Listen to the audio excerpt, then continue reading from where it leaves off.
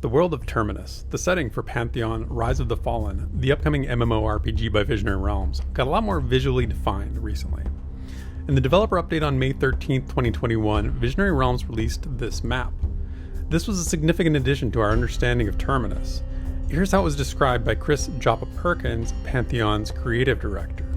What we're showing right now is the continent of Kingsreach in its fullness, the actual 3D terrain of Kingsreach exists perfectly on top of this map. This is not a concepted map in a abstract sense. It is the actual terrain of Kingsreach.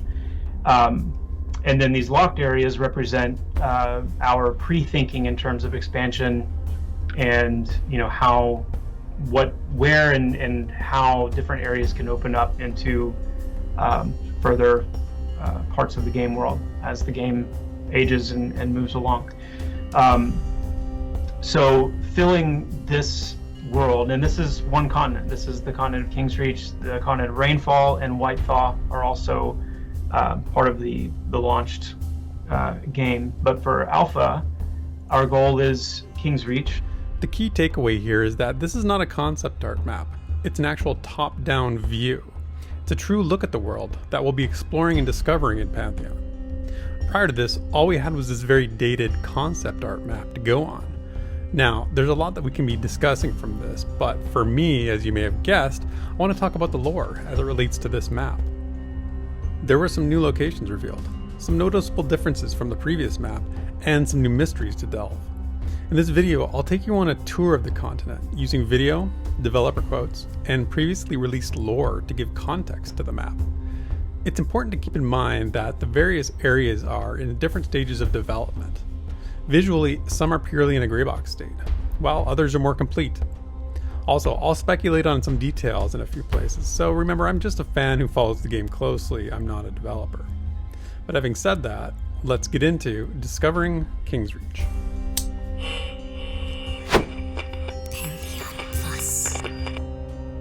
Let's start in Faerthale, a zone that's been described as being one of the most visually complete places so far. We've seen it in a few developer streams, mostly in an area known as the Old Wood, which we can see as noted here on the new map. In the video you're seeing from May 2020, Visionary Realms showed the extensive detail this zone has already achieved visually. If Faerthale seems like a large area to you, I can confirm that is the case. When myself and others were given the opportunity to play and show our experiences in Fortress de Vae, we had a chance to look around this part of Oldwood. And while I can't show that, I can tell you it is certainly a massive area, complete with flora, fauna, and incredible detail. From a lore perspective, the same holds true. In fact, the region of Faerthale has been extensively documented in the lore, with many of the areas we also see on the map. This is the home of not only the elves of Terminus, but many other creatures. For example, we see Fae Hollow on the map. The lore notes of the resident Fae, their habitats are fountains of life, and Fae Hollow depicts this reality with arresting clarity. This is but one locale of many in Faerthale. I made a Discovering Faerthale video series if you want to take a more detailed tour of what the lore says about this region in particular. What I believe is a significant reveal is the notation of Avalon in the northwest corner of the map. The name Faerthale has been used to refer to both the greater region and the city as well, but Avalon is nowhere to be found in that lore or any other lore pieces. So what is Avalon? There are two potential options in my mind, and it's just my speculation. Firstly, Avalon may be the actual city of the elves, having been renamed from Faerthale to prevent confusion. Its location fits with what I speculated previously about the location of the city. Secondly, it may be an amalgamation of other regions previously described but not noted on this new map. Places like the Red Grove, Lothale, and the Field of Fallen Stars. Or maybe it's something completely new. I think we can conclude some points of interest may have been excluded from this map to preserve the thrill of discovery, and to me, that just means there's more work to be done in the future. Next, the Roans to the northeast of Faerthale, being its own zone, is a significant addition to our understanding of the geography as well. We knew of their existence, but confirmation that it's a place we can explore is an exciting revelation. It makes sense, given the lore attached to the Roan Mounds is pretty extensive. From the tale of the elves, thus the Elven era on Terminus began with promise. once a home was secured in the clefts of the Roan Mountains, the heartseed was planted with solemn ceremony.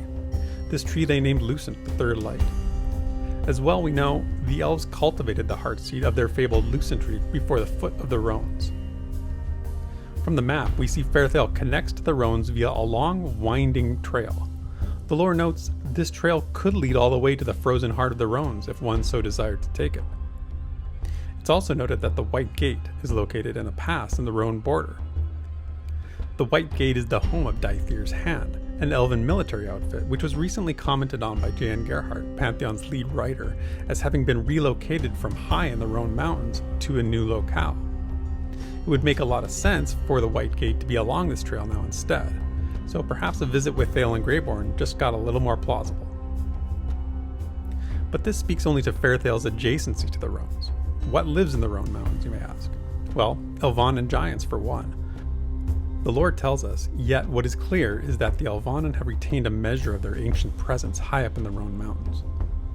Furthermore, even in those ancient days, the Elvannan preferred the hostile chain of Roan Mountains, as the ferocious climate was of little inconvenience to them. For another, Gorian madmen, pale raiders who fought in the frost-capped mountains without so much as an animal skin on their shoulders. In their wake were colossi, towering beasts of stone and magic, rivals of the mighty Elvannan giants. No doubt there will be many other residents of the Roans, but for now, this knowledge will have to suffice. Also in this zone, we may find the Silent Sanctum, nestled behind a natural choke point, the Mountain Roans. We can see it depicted here on the old map. As one of the 3 refuges the races of Terminus constructed during the Deicide War, we may be able to retrace the steps of humans and elves who sought shelter during this age. The lore notes the young heir Avendyr spent his first night as king shepherding survivors back to the Silent Sanctum in the belly of the Roans, not stopping for the dawn or to grieve. Speaking of this race, the humans of vast Demeth planted against the Roan Mountains of Kingsreach, mercifully close to the elves in Faerthale. And despite their valor, beautiful Havensong became the last bulwark of defense, with the Silent Sanctum hidden in the Roans behind. So finding the ruins of Havensong in the zone would also not be a surprise. We haven't seen the Roans in any gameplay, screenshots, or concept art yet, but I for one am excited to get a look at this area when the time comes. To the southwest of Faerthale is the Murk. What we know of the Murk comes from 2 sources. First, it was detailed in the written lore as a mishap of nature, living and yet dead, with a stench of rot so thick it's said to drift like a fog, choking off light throughout the region. We have some concept art that's accompanied the lore seen here. At the time, the lore was presented in the context of Greater Faerthale, so it could have been assumed to be a part of Faerthale in the game. But the Murk was then shown off in Greybox form in the February 2020 developer stream, which you're seeing here. And now with this new map, we can see that it's now a distinct zone. From a lore perspective, this should be an area with notable NPCs, such as the Torn Elves. The Torn are a cult of elves that have been twisted by the call of Tordenir, the god called the Endless Inferno. Forsaking every shred of Faerthalian heritage, Torn settle in the stomach of the Murk. The lore also tells us, within this twisted grotto, the beasts are mad with ferocity, and the water is leached with disease and death. The Murk also appears to be a conduit for players traveling to the next area, the Vae Wood. There isn't much that's been shared about the Vae Wood to date, and the lore doesn't make reference to this area.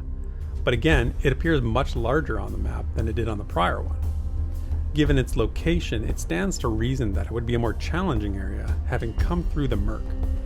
It's worth noting that it also appears accessible via Faerthale and the Silent Plains, which we'll talk about in a minute. But you may need to have a means of navigating the seas if you choose that route. Through the Vae Wood, we get to South Saol, a peninsula area that was shown off in 2017. Some of the inhabitants we saw in South Saol from that stream include Commander Osi Naroit, and mobs such as Deadeye Cockatrices, Wisps of Shaw, Golden Scorpions, and several types of Seraph warriors. The history of South Saol and the Seraph was commented on by Chris Joppa Perkins when he said this. South Saol, the zone that we're in right now, South Saol Peninsula, it sits in this kind of forgotten corner of Kingsreach, and because of the neglect of this area, it's given the opportunity for it to be colonized by an outside group that's not native to this part of Terminus. And this group is the Seraph. They're known as the Seraph, and those are the guys we were just fighting earlier, and they were brought here by Suja-Tal, which is a man who's come to be known as the Reckless Magician. And as we encounter these Serath along the way, you can think of them as his personal, loyal army. At the southern tip of South Saol, we see the Tower of the Reckless Magician. This location was shown extensively a few years ago, and is one of those locations fans have been very eager to see again. We saw residents of the tower, such as Master Kil'jaara, Sage of the Moons, and Master Gondakos, Prophet of the Dawn. The lore tells us, inside the mysterious Tower of the Reckless Magician, the Kor'jin comb through tomes desperately hoping to discover the secrets of magic hidden within Terminus. Furthermore, Joppa added to this in the previous stream when he said this. So, the Reckless Magician is really a misnomer. The name of the of Suja-Tal, the guy in the summit of this tower. It really depends on how you view him. It's a name that's been given to him by those who fear him, or fear at least the consequences of what he's doing in this tower, or those who've been directly affected by his experimental use of ancient magic. But to others, he's viewed as a brilliant and pioneering wizard, and there are many who've traveled great distances to actually dwell here in his tower, both to aid him in his efforts, or to revel in his vast knowledge and resources. And so these gnomes, the Kor'jin, are here for that latter reason. Suja-Tal is working to understand and master certain laws of magic that are in place on Terminus. And so he's invited a host of unique groups to the tower to aid him, as I said, and the Kor'jin are no exception to that. Not all the groups, in other words, are hostile to outsiders. And these Kor'jin, they're far more interested in acquiring knowledge through scholarship than through conflict. And so it's not that they're afraid of conflict. I would view their lack of aggression more as speaking to their confidence in battle, rather than their timidity. But they are here to study, they're here to learn, and will generally leave us pretty well alone unless we decide to interrupt that. It's been some time since we've heard about the Tower of the Reckless Magician, but I suspect the residents have been biding their time, waiting for foolhardy adventurers like us. Heading east, the largest zone on the new map is the Silent Plains. This was an area the developers have mentioned several times as currently getting a lot of attention in terms of their development efforts. We have yet to see video from the Silent Plains, but there has been some concept art showing the area. From a lore perspective, in a recent developer roundtable, lead writer J.N. Gerhardt described the Silent Plains as this. When you see the zone, it may not be what you thought. The silence refers to the end of battle, the end of hostilities, the end of war, and this time of lament that came afterwards. And then when the time of lament was over, silence, the end of hostilities and the end of mourning. It was a plain of battle where you had the Revenant take a couple different footholds, and then ultimately lay siege to Havensong. And so it's changed a lot since then, but when you go there, you'll be able to see vestiges of the battle and of the Revenant, and you'll be able to piece together some things visually as to what happens there. So it's just saying that, like, our soul has rested and is silent. Like, the war is done, the end of things has come, and it's just silence. In terms of gameplay, we see that the Silent Plains lies at the heart of the continent, with rivers that run from the northwest, northeast, and the south to meet in the middle. It appears to have connections to Faerthale, Avendyr's Pass, the Eastern Plains, Wild's End, and the Vae Wood. This would make the Silent Plains a prime location for the most communal content, making it potentially one of the most popular zones. With that in mind, we also see that the Silent Plains is one of the few areas of Kingsreach that isn't surrounded by mountains. With the port city of Raloon and the entire steppes of Raloon missing from the current map, Silent Plains may be the port of call for travel between continents by boat. The Eastern Plains are another area with very little prior information, occupying what used to be the location of the steppes of Raloon. If we use the little lore we know of the steppes, we learn that it's home to cliffs above the ocean, as noted in the lore of the humans when depicting the destruction of Havensong. It's noted the High Mortal's fury culminated in having every sundered shred of the ruined city carried to the cliffs of Raloon and thrown into the churning seas below. What lives in the Eastern Plains? The lore states it would not be unlikely to encounter a Ratkin colony under the steppes of Raloon, worshipping an entirely different deity than a colony in the Roans. Whether this applies to the Eastern Plains is unclear, but I think it's safe to assume Ratkin are going to be everywhere you don't want them to be. Equally mysterious is the Vale of Azeris, to the northeast of the Eastern Plains. The only lore referencing the Vale of Azeris that I can find deals with the lineage of Queen Avendyr of the humans. It states, since the horrifying catastrophe at Azeris took the life of her husband, as well as that of her predecessor to the throne, Amentheel's nerve and shrewdness thwarted enemies of a suddenly weakened Thronefast. To me, this feels like a zone intended to be deadly to all but the most experienced adventurers, a place where few will see and fewer will live to share the story. To the south is the home of the halflings in Wild's End. Now, Wild's End is very well documented in the written lore, with many distinct areas much like Faerthale. I did a detailed exploration of the area based on that lore in this video here. On the new map, we see the Mad Moors as being on the western coast. The Mad Moors is home to a wide array of treacherous creatures, with diverse atmospheres of this grueling environment. The Mad Moor is also home to the Feralings, debased halflings who have lost their essence, consumed by their hunger for the hunt. It's also the realm of the Moor Vakai and their king, a deadly reptilian race, and the colossal boas of the Moor, which relentlessly grow in size and hunger. It's also said that there's a creature of legend here called the Creeping Cess. The new map doesn't note the location of Sohirith, the halfling home on Terminus, although on the old map it was perhaps located in the southwestern region. Wild's End has several other areas previously noted in the lore, such as the Grove Grass, the Well Pond, and the Gate. Looking at the new map, we can see two pools in the northwest corner of Wild's End, encased in the mountains, which could very well be one of these locations. We haven't seen Wild's End since one of the earliest videos showcasing the area, which you're seeing here. With its tower oaks and diverse locations, it would be great to get a visual update on the area. Halflings will be one of the three races that will start in their true homeland when alpha testing begins, which is a pretty good incentive to play one, if you ask me. Heading north once again, we appear to be able to travel to Avendyr's Pass through a mountain tunnel by the name of Mad Run. This was the first time Mad Run appears in the lore as far as I can find, but what its presence tells us about the geography of Kingsreach may be the real takeaway here. That is to say, the existence of hidden connections between areas is both exciting and adds another layer to how we explore Terminus. This was commented on by lead raider J.N. Gerhardt in the August 2020 VIP Roundtable when he said this. Most zones that I can think of have multiple entrances into them that may need to be opened or not. In fact, the few zones that do only have one way in would have it for a specific reason, and it would feel significant to get there.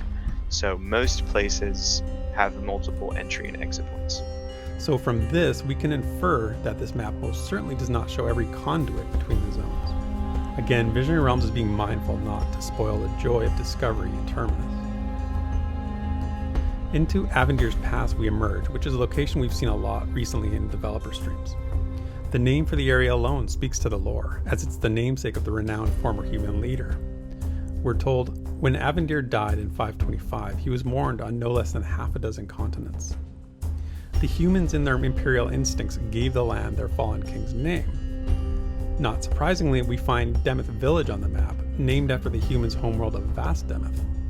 According to the lore, the modest human settlement of Demeth Village in Avendyr's Pass has had a long and storied association with the city of Thronefast, but with neglect over time and manpower given to the Valley Guard, the villagers have had to look to themselves for their own deliverance, to the point now where there isn't a single Thronefastian soldier stationed in the village. Studying the map, Avendyr's Pass is clearly one of the most developed areas from a content standpoint. It stands in counterpoint to Faerthale, which appears visually complete, but not somewhere we've seen as much explorable content. In October 2020, we here at Pantheon Plus were fortunate to get to share our adventures in this area. The video you are seeing now is of an area of Avendyr's Pass from that experience. A sprawling zone, rich with hidden areas both high and low. As you can see, G'day bandits are but one of the residents of Avendyr's Pass we'll have to contend with. The city of Thronefast might be the most detailed location on this map, with both lore and visual detail to support it. I won't spend a lot of time here, as I made a video detailing the city previously.